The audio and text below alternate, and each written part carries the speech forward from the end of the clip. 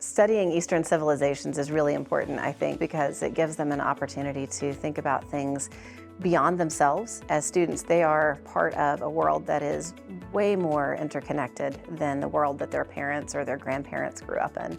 And so being able to understand more about where other people come from, how they live and do things, that's helpful to students, and I think they see that immediate connection. It's really important for sixth graders to take Eastern civilizations and to begin to think about others outside of themselves.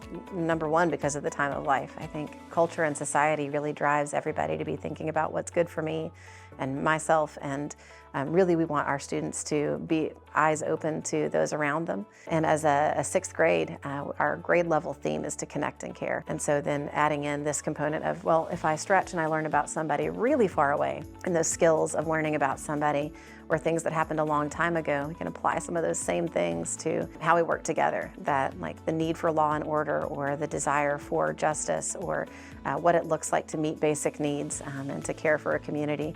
You can see that in the ancient world, and then they can start to see, oh, well, those same sort of connections are what we need here. God tells us that we're called to love our neighbors. God tells us we're called to share the gospel with them and to be able to do any of those things really well.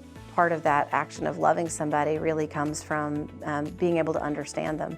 And so if you're talking about taking care of a relationship with people, whether it's yourself or others, that you have to understand something about them. And so that can include their past, which is really, really impactful on the present. It can include what they believe.